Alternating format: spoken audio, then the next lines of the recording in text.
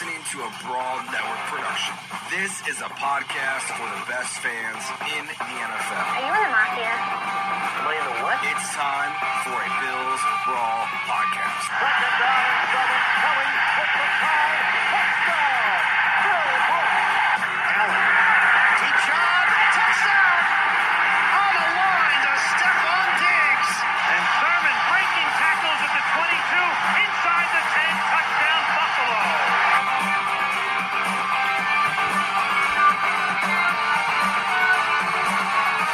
It is another episode of the Bills Brawl. I'm your host, Mike Lindsley, on the Brawl Network. Get me on Twitter at Mike L Sports and, of course, at Network Brawl. Download and subscribe to all of our terrific shows. Great content, great hosts, and a lot going on, of course, now, especially as we get geared up for the 2021 NFL Draft. The division shakeup continues in the AFC East. Sam Darnold traded for 3 combined picks the next couple of years to the Carolina Panthers. A little reunion with Teddy Bridgewater from back in 2018 with the New York Jets. We know the Patriots have been spending money left and right on both sides of the football. The Dolphins will be very improved. And I think I read this morning as I record this, the New York Jets, they have 21 picks in the next 2 NFL drafts and several picks in the first couple of rounds. So they have set themselves up nicely for the quote-unquote rebuild, the post-Darnold era.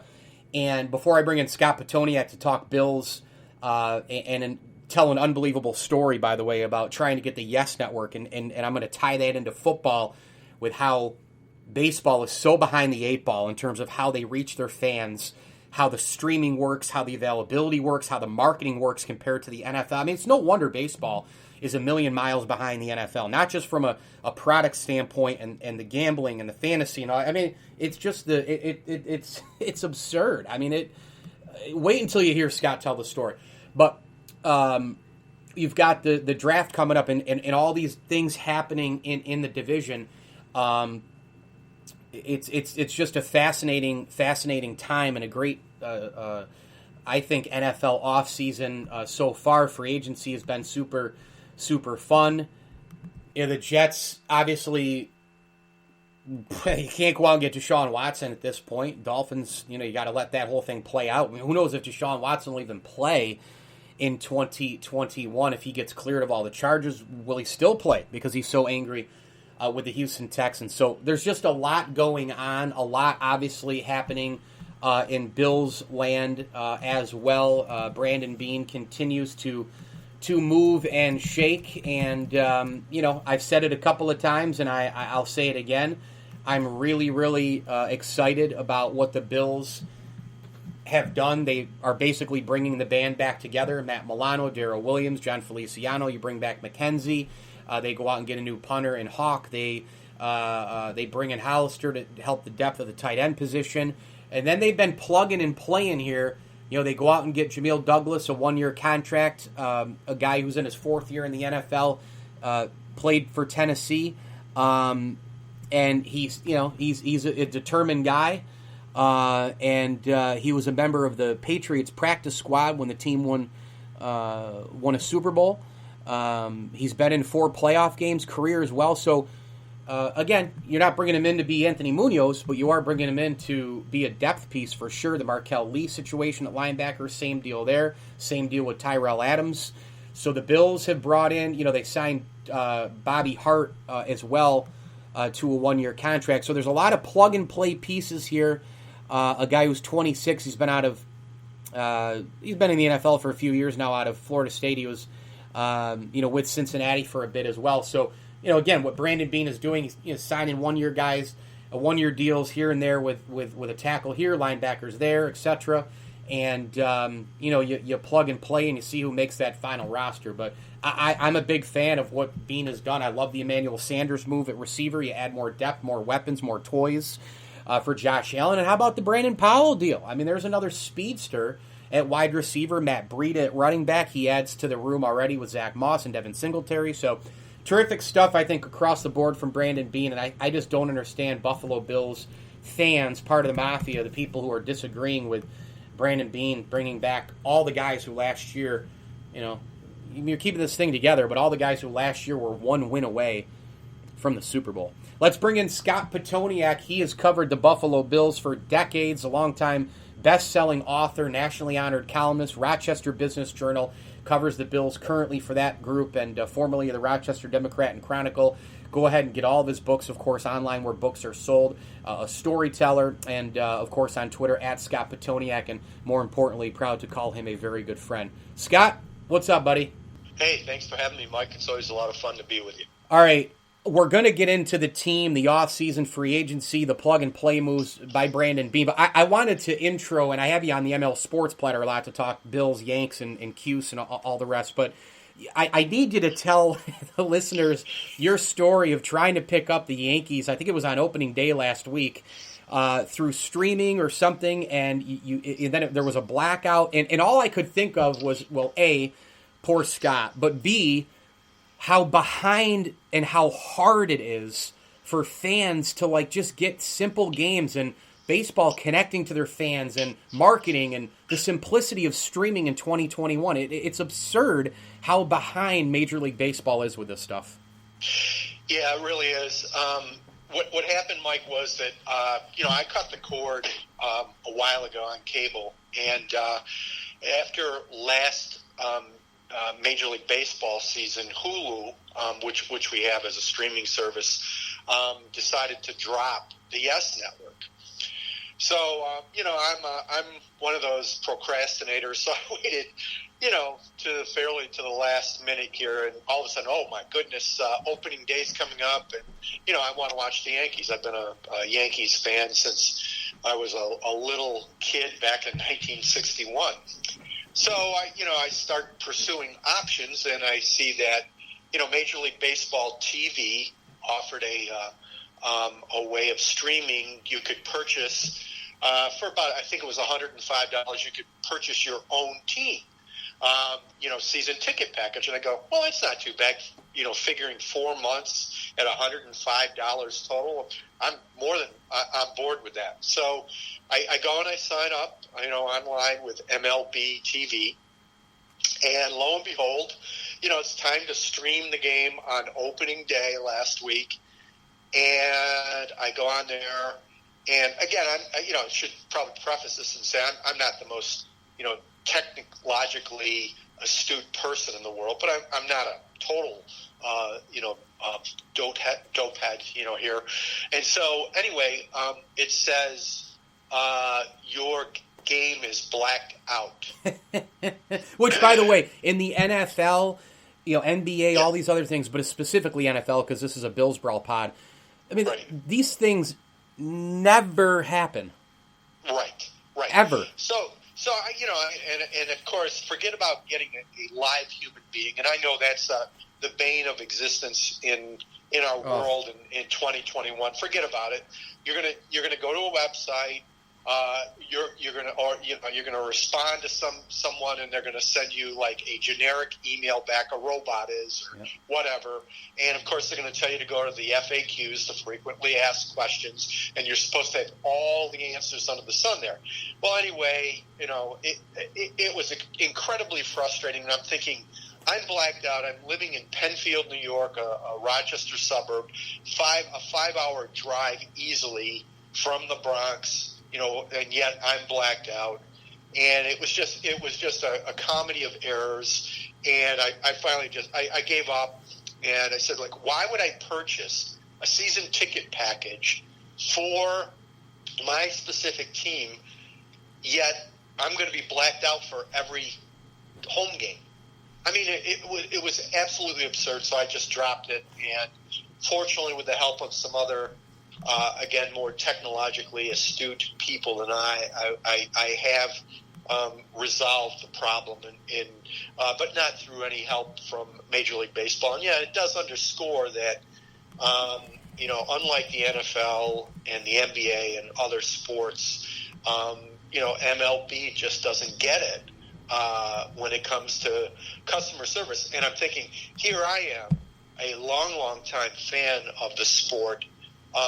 Imagine somebody who you're trying to turn on. Right, you're trying to bring them in. Yeah. It's not the NFL where you got to go find fans.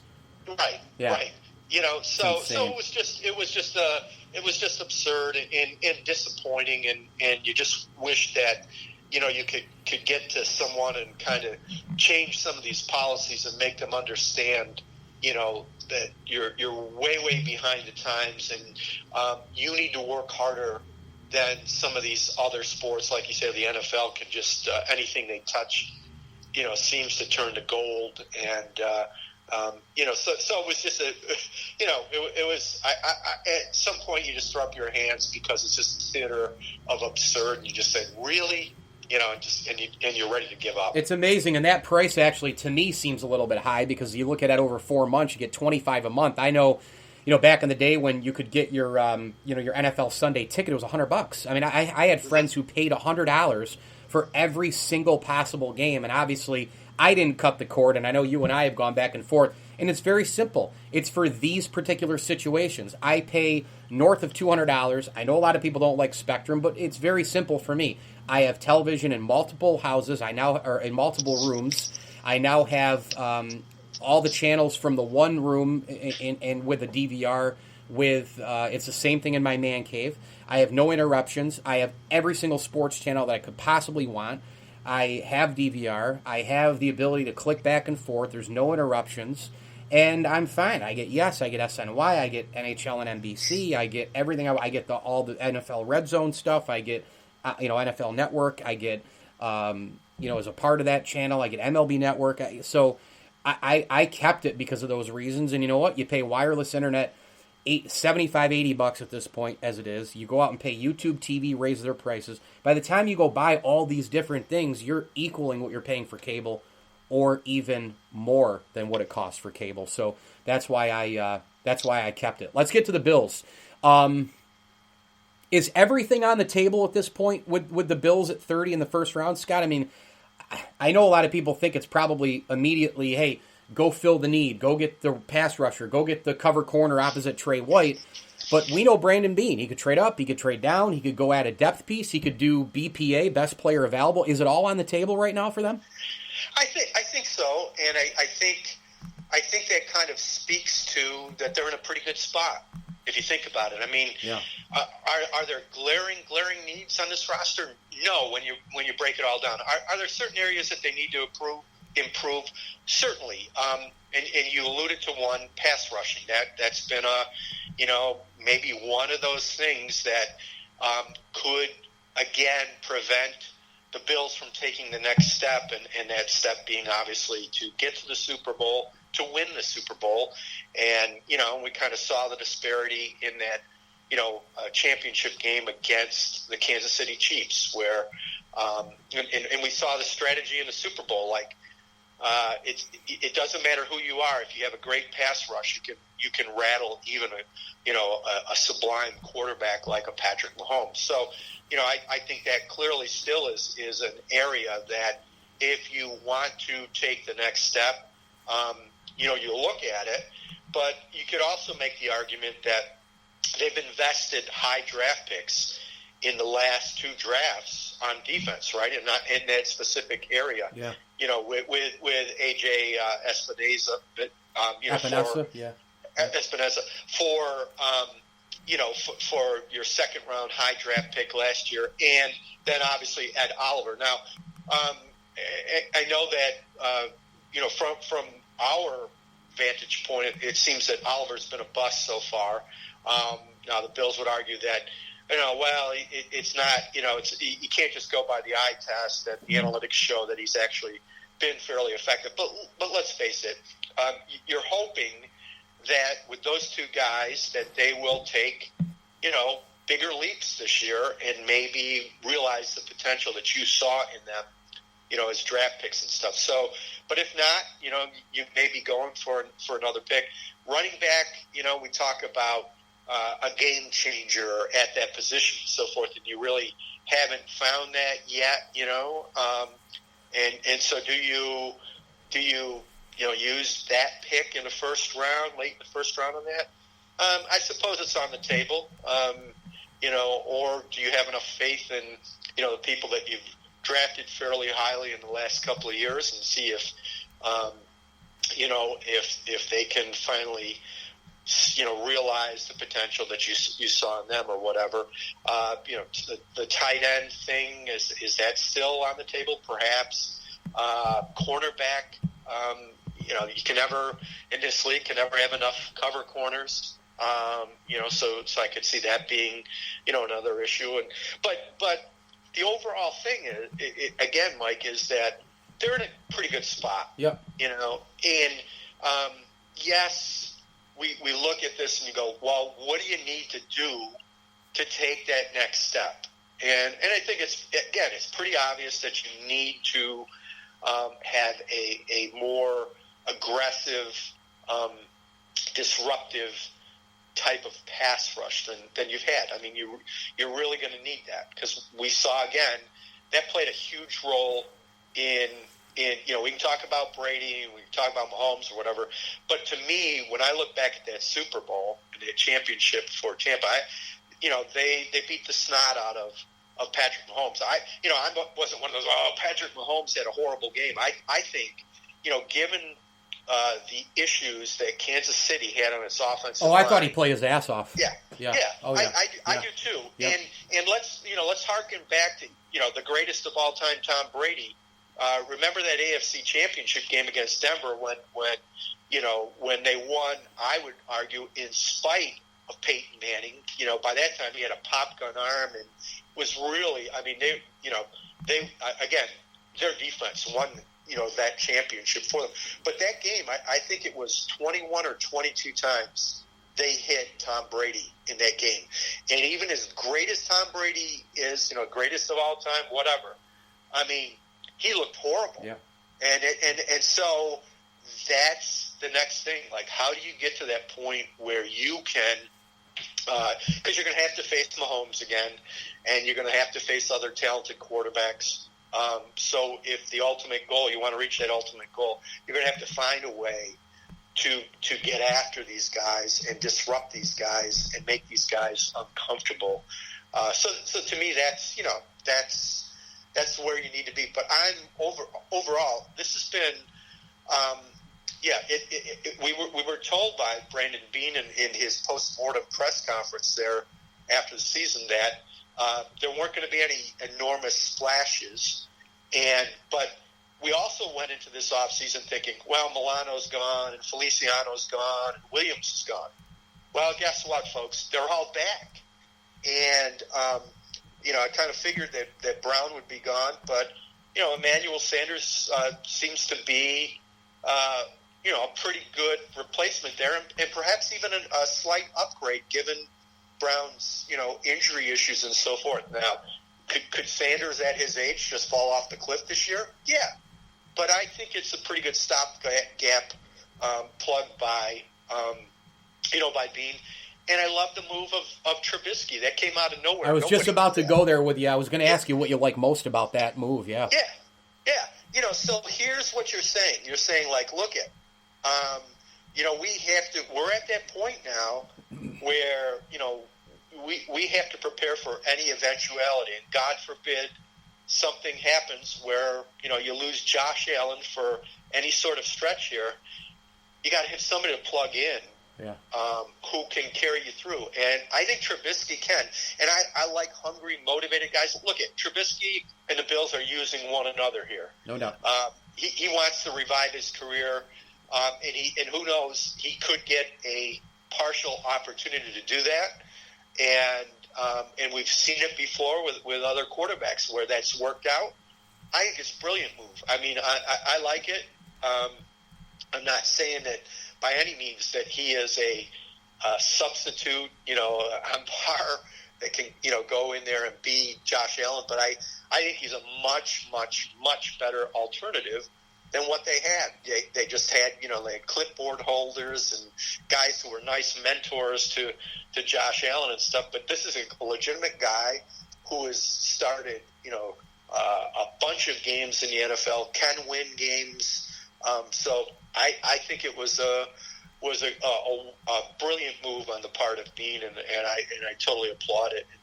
And it just strengthened this roster overall. Scott Pitoniak, our guest here on Bills Brawl. I'm Mike Lindsley, of course, at Scott Pitoniak on Twitter, Rochester Business Journal, the longtime author, storyteller, and Buffalo Bills reporter and insider. Hey, Scott, nothing says football like Highmark Stadium, huh? Gosh, yeah, that's just and if you add on the Blue Cross Blue Shield of Western New York, yeah, it rolls off just nice. Look, I've had this thing about corporate naming rights to stadiums, and I'm not naive, Mike. I understand this is big business, and I understand that when you operate in a small market, like Buffalo, you're up against it. When you're going against the big markets and the Jerry Joneses of the world who can, who signed one advertising deal and it exceeds anything you can get, in the entire Western New York region combined. I get all that, but there's always been a part of me, and this goes back to my Syracuse University days when I was in school and they still had Archbold Stadium. And it was crumbling and dilapidated and so forth. And the plans were finally, made for the building of the Carrier Dome. And a bunch of students and recent grads, yours truly included, wanted to be named the Ernie Davis Dome. But, the naming rights thing, it was huge back then. And to get that final $2.75 million or whatever to build the stadium at cost and so forth, they gave away the rights in perpetuity. And if you look at the Bills' history, going back to Rich Stadium, back in 1973, that was one of the first, if not first, naming rights, corporate naming rights for a stadium. And so I get all that, and my argument was, and again, totally idealistic. I'm just an idealist. I had long argued for, Robert Kelsu Stadium, and named after the former Buffalo Bill, who was the only active NFL player who was killed during the Vietnam War. And beyond that, certainly I've never had a problem with Ralph Wilson Stadium. I mean, the guy brought the team here, and the guy, we often overlook this because we give, and we give credit to Terry and Kim Pagula for keeping them here. But really, what kept them here was that Ralph Wilson, his estate had created an agreement, with the state, which Russ Brandon helped negotiate with the state and the county, that made it cost prohibitive for you to move the team for a certain number of years. No doubt. And the other layer of it, too, is look at what he did with the Foolish Club. I mean, that guy was a huge member of that Lamar Hunt, that whole group that challenged and eventually forced the merger. I mean, that's Ralph Wilson Jr., man. I mean, that's a big deal. That's a big deal. He's a big figurehead in that AFL era, man. Yeah, and that's one of the things, I really enjoyed the recent documentary on, Rozelle and Al Davis. That was great. But I think that one thing that does get overlooked in history is, people forget that Ralph Wilson, forked over money to really help fund, the Oakland Raiders and stuff. Totally. I mean, Davis gets all this incredible credit, and he certainly is one of the, gigantic figures in NFL history. I'm not taking anything away from him. But, if Ralph Wilson doesn't do things like this, that league folds before it gets its, big television contract to keep the league afloat and make them serious competitors against the established National Football League at the time, and then, which then leads to the merger. So he played, behind the scenes role, and certainly Hunt gets the lion's share of the credit, and Al Davis and so forth. But Ralph Wilson, quietly behind the scenes, also helped bankroll, some teams, including Davis's. So I argued for him. I certainly, Jim Kelly or Marv Levy, you could have named it for. I was there for this. I saw this. I lived through this. I covered it. As far as Kelly's impact, on franchise, he saved the franchise. He doesn't come here. It doesn't happen. Okay, they're gone. And I know because I was covering the team at the time. I talked to Ralph Wilson on numerous occasions. They were going to be gone, and Kelly shows up, and everything changes in a snap. When the USFL folds and stuff. I mean, everything changes from that point that makes this place viable. And legitimate, and much as you're seeing right now, there are parallels. I mean, that this has become a destination place in the NFL. The Buffalo Bills are right now, and Josh Allen's going to deserve. When we look back in history, he's going to deserve tremendous credit for that because it all starts obviously with the QB, and so anyway, I had I guess this kind of idealistic but not naive view of this that that you could name it after one of these really truly deserving figures, and the whole corporate thing, given the multi-billion-dollar television contract that the NFL just signed, like none of these owners, even in the small markets like Buffalo, are hurting at all. So I don't know what the details are. Again, the naming rights here are a fraction of what they were in San Francisco and LA and Dallas and New York and so forth. But I don't know. You could have. I think you could have done that. You could have afforded to do that. But so be it. Give me a guy, Scott, on offense, and give me a guy on defense. Whether they've been there, just brought him in, whatever the case may be. Well, no, you know what? Let's keep it to guys who have been there.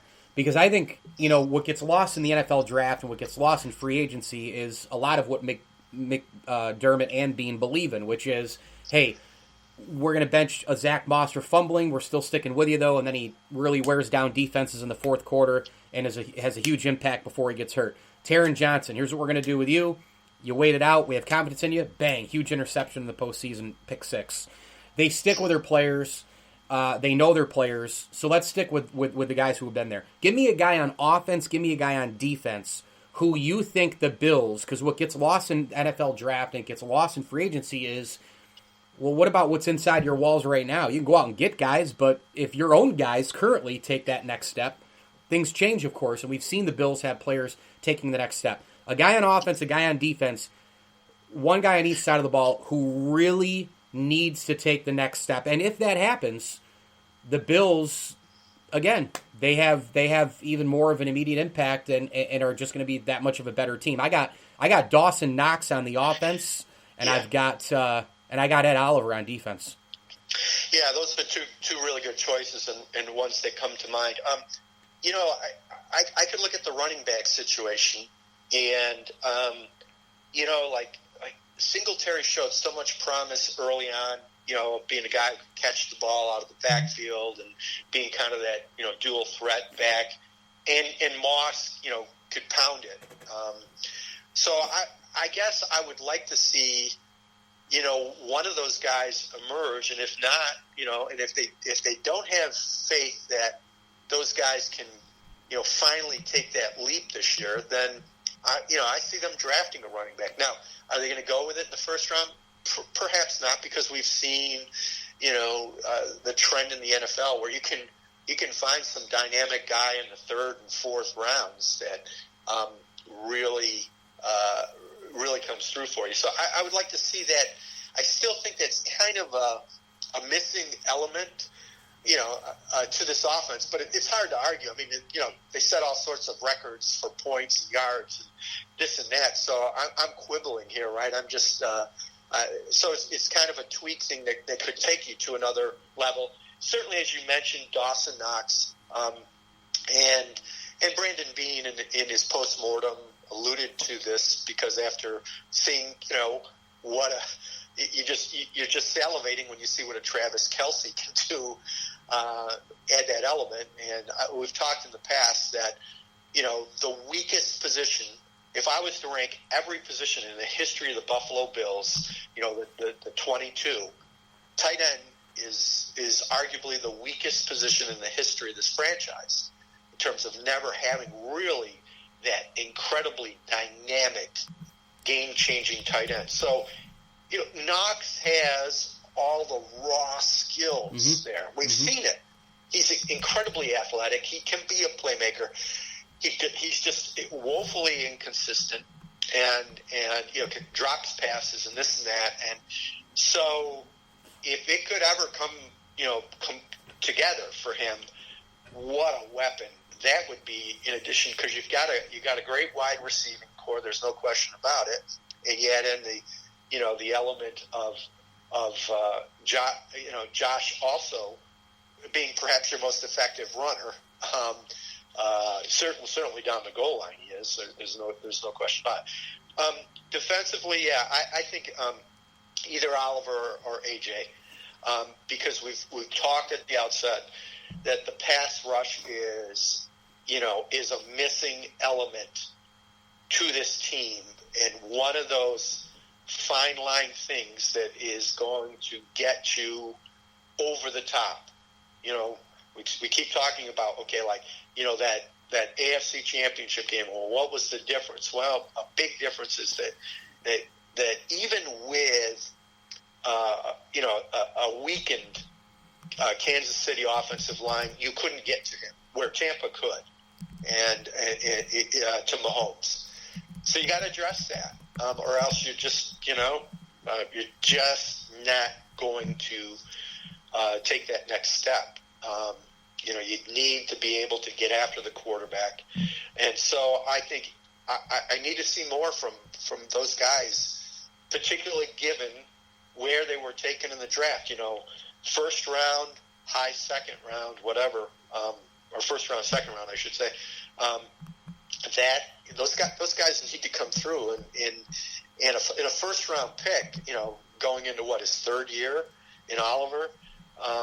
I got to see a lot more. I know he was undersized and stuff, but that was you didn't see that as an issue with him coming out of college. Instead, you saw we can utilize him in different ways to mitigate that. And he's got such incredible speed and push. So I need to see that. I need to see that really come through. So again, we're getting back to kind of the issues, right, of guys we want to see take jumps.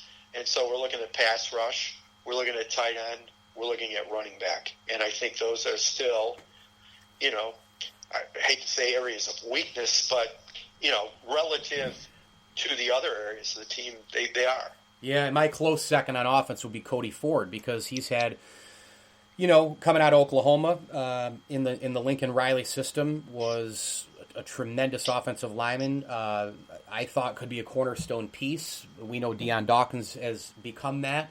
But again, if Ford can do that, the offensive line just becomes that much better. And sometimes, look, it's not always about one guy, but when that one guy can do something, we know what happened with the Ravens in the Super Bowl era when they had Saragusa and Adams, and then the linebackers could just run free.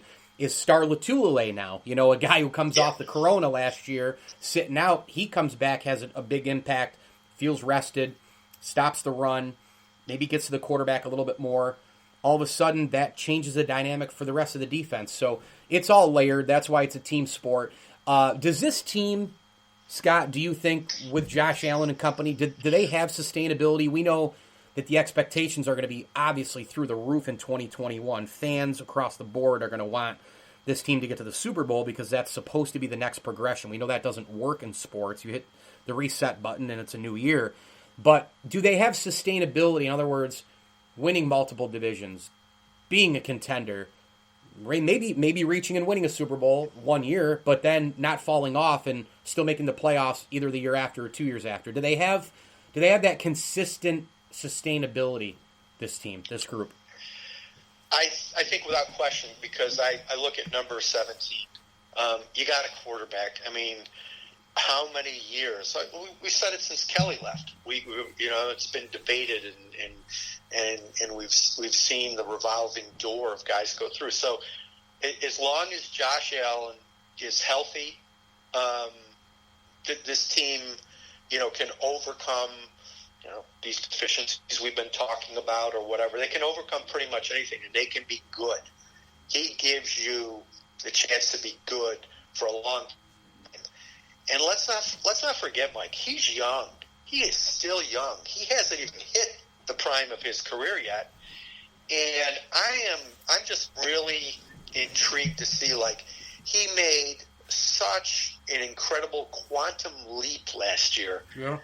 You know, he became an MVP caliber quarterback. He wasn't merely the franchise quarterback, you know, who, well, he'll be good, you know, for a number of years here. Good. No, he has the opportunity to be great for a number of years. And so, you know, as long as you got him, everything else, you know, is doable.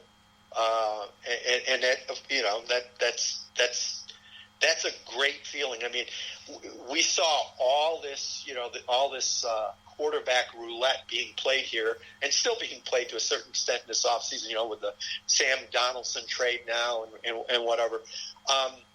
And for Bills fans, you had to feel just like, isn't this great to finally be living in the high rent district and not have to worry about all that crap that you worried about year after year after year, you know, is this guy the guy? Is this guy the guy? You know, or take a chance at this quarterback. Yeah, you know, and that's no longer.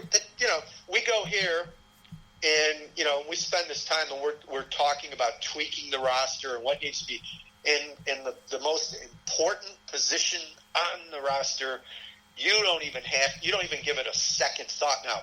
Instead of, you know, we're thinking of possibilities. We're thinking of the upside of greatness, and that's what you have with Josh Allen. This guy, you know, he can be the standard bearer, you know, not merely for the Bills, but for the league for the longest time. Now, my only concern is that as the years progress, as the season, you know, you've got to pray that he doesn't get hurt. He's still the fierce competitor. I'm going to stiff arm you and toss you aside like a rag doll, you know, this and that.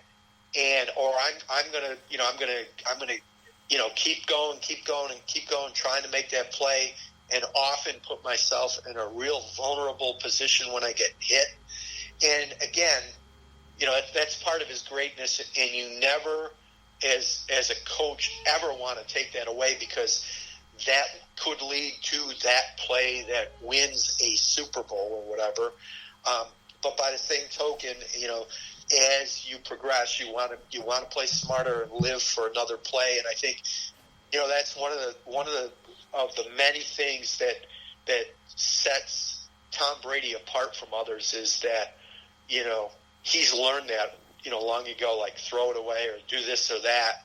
You know, he's smart enough to be thinking ahead several plays or whatever. And I think that's what the brilliant quarterbacks do.